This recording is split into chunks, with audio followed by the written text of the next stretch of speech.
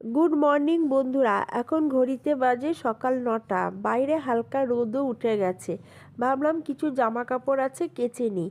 মেশিনটায় জল দিচ্ছি, দেখছি জলটা ড্রেন হয়ে যাচ্ছে। কিছু বুঝতে না পেরে তোমাদের দাদাকে ফোন করলাম। তোমাদের দাদা ব্যাপারটা আগেই জানতো, কিন্তু আমাকে বলেনি। কি বলছে জানো? অনেক বছরের পুরনো মেশিন, তোমার মেয়ে তখন সবে হামাগুড়ি দিতে শিখেছে, তখন কেনা হয়েছে। মেশিন তো নষ্ট হতেই পারে।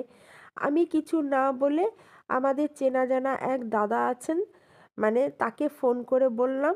সে এসে দেখলো, দেখে বলছে কি যে 7.2 কেজি ওয়েট নিতে পারে। সেখানে তোমরা যদি ওভার ওয়েট দিয়ে দাও তাহলে তো স্প্রিংটা বসেই যাবে। কিন্তু এটা নষ্ট হয়নি, এখনও অনেক বছর চলবে যদি যত্ন করো, চালাও।